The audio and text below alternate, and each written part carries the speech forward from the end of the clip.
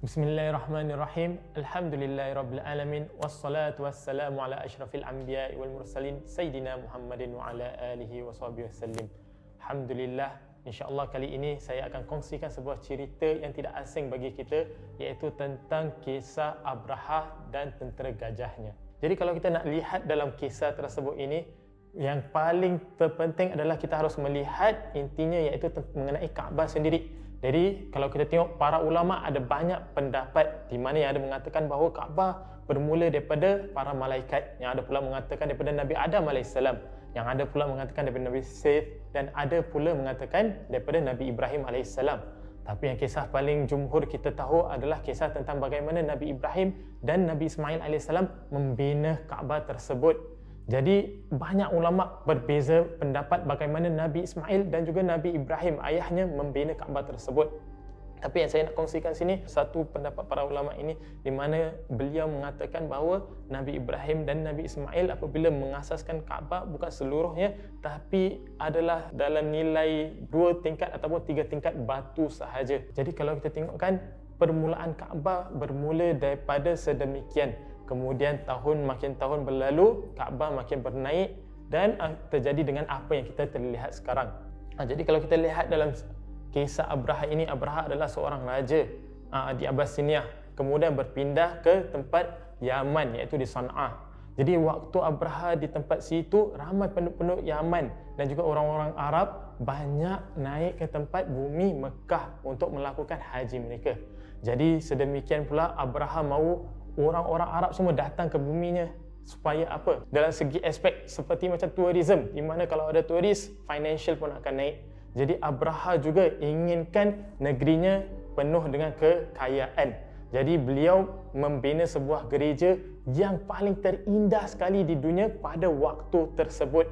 Gereja tersebut dibina daripada emas dan perak, dan batu-batunya pula dibina daripada batu mamar ataupun marble. Jadi kalau kita bayangkan gereja tersebut berbandingkan dengan sebuah Kaabah yang kita tahu sekarang bahawa ia adalah batu biasa saja. Macam kalau kita lihat sekarang, Kaabah kita ada kain yang mencantikkannya, tapi dikatakan pada waktu zaman jahiliah tersebut, Kaabah tidak dihiasi dengan kain. Jadi setelah pembinaan gereja tersebut, Abraha pula memanggil orang Arab untuk datang untuk melaksanakan ibadah mereka di gereja tersebut. Tapi malangnya tidak ada satu sahutan pun, orang Arab tidak ada satu pun yang datang kepada gerejanya. Ada pula yang mengatakan disebabkan sedemikian Abraham menaik marah dan ingin menghancurkan Kaabah. Dan ada pula mengatakan bahawa salah satu penduduk daripada orang-orang ahli Mekah, orang Yahudi, mendengar kisah bahawa Abraham membina Kaabah yang tercantik tersebut, dan beliau masuk ke gereja dan melaksanakan hajatnya di sekeliling gereja tersebut, dan itu yang menyebabkan Abraham marah. Jadi ada berlainan pendapat, tapi walhasilnya adalah Abraham memang ingin menghancurkan Kaabah atas financial issue yang dia inginkan. Jadi apa yang berlaku? Abraha dan tentera gajahnya berpindah daripada bumi Sana'a ke bumi Mekah untuk menghancurkan Kaabah dengan hajat supaya orang-orang datang ke gerejanya. Jadi on the way ke sana, Abraha terlihat ada 200 unta camel berkeliar di luar kota Mekah tersebut. Maka Abraha pun mengambil seluruh camel-camel tersebut, dan kemudian Abraha menghantar seorang messenger ke bumi Mekah tersebut, meminta agar ketua Mekah berjumpa dengan Abraha. Ketua Mekah tersebut adalah tidak lain dan tidak bukan datuknya baginda Nabi SAW, iaitu Abdul Muttalib. Abdul Muttalib kemudian didapat tahu oleh orang-orang Mekah bahawa Abraha juga telah mengambil 200 ekor untanya. Kemudian Abdul Muttalib datang sendiri dan bertemu Abraha di kemahnya. Waktu Abdul Muttalib masuk ke kemah Abraha, Abraha terpegun dengan haibahnya Abdul Muttalib. Pertama kali yang Abdul Muttalib minta daripada Abraha adalah 200 ekor untanya yang telah dirampas oleh Abraha sendiri. Langsung Abraha terkejut. Beliau berpendapat bahawa Abdul Muttalib ingin berjumpanya untuk melaksanakan perang ataupun untuk defend Kaabah itu sendiri. Malah ia terperanjat kerana Abdul Muttalib request adalah 200 untanya sendiri. Jadi apa yang Abraham mengatakan bahawa bila waktu engkau masuk, aku terpegun dengan haibah kau. Aku disappointed dengan kehendak kau, di mana yang kau inginkan adalah 200 unta yang miliki engkau sendiri dan bukan untuk protect ataupun defend Kaabah negara engkau. Langsung Abdul Muttalib menjawab balik dengan tegun dan keras, 200 ekor unta yang kau ambil adalah hak milik aku.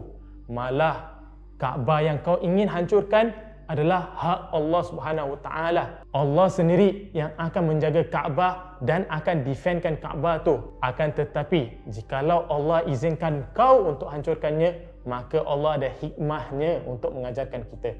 Abdul Muttalib pun keluar daripada kemah tersebut dan memberi pertahuan kepada orang-orang di bumi Mekah dan menyuruh mereka semua untuk bersembunyi di atas gunung-gunung.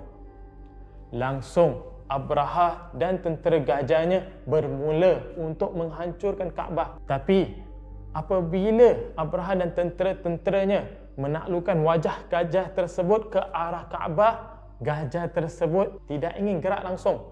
Tak ada satu gajah pun move even a single inch.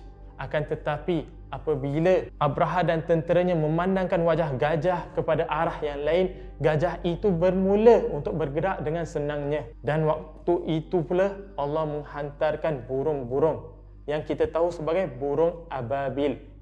Burung ababil dikatakan membawa 3 batu, iaitu 2 batu di 2 kakinya dan 1 batu di mulutnya. Dan batu-batu tersebut dikatakan daripada batu Jahannam. Jadi waktu ababil datang dan jatuhkan batu-batu setiap persatu, yang ada riwayatkan bahawa seluruh askar Abraha hancur. Ada pula mengatakan setengah daripada kaum Abraha itu hancur dan setengah lagi termasuk Abraha dapat larikan diri. Akan tetapi kesan-kesan tersebut masih terkena kepada mereka. Dan dikatakan pula waktu Abraha ingin pulang ke buminya di San'ah, beliau mati disebabkan kesan-kesan tersebut dan ditanam setengah jalan. Jadi dari kisah ini sendiri kami dapat ambil banyak pengajaran. Yang pertama yang ingin saya kongsikan adalah Allah tidak memandang perkara yang indah dan cantik. Malah Allah memandangkan jikalau kita tekun dalam sesuatu dengan betul-betul pengharapan kepadanya. Kalau kita lihatkan Nabi Ibrahim dan Nabi Ismail membina Kaabahnya dengan batu-batu yang ada di sekeliling tempat tersebut, dan Abraha pula membina gerejanya dengan seluruh keindahan daripada batu marmar, emas dan perak dan lain-lain lagi. Satu sungguh indah dan menawan, dan lagi satu sungguh kekurangan, maaf kata. Tapi yang perbezaannya adalah Nabi Ibrahim dan Nabi Ismail membinakan Kaabah itu dengan penuh ketakwaan kepada Allah Subhanahu Wa Taala, dengan penuh pengharapan kepada Allah Subhanahu Wa Taala. Malah yang lagi satu, Abraha pula membinakan gerejanya dengan pengharapan manusia agar manusia datang kepadanya. Jadi di sini ingin saya ingatkan bahawa amalan ibadah kita yang penting adalah ketakwaan, pengharapan kita kepada Allah Subhanahu Wa Taala. Jikalau kita mengharapkan manusia, akan hancurlah amalan ibadah kita. Akan tetapi jikalau kita punya harapan, amalan adalah pengharapan kepada Allah SWT, insya-Allah akan kekal abadi.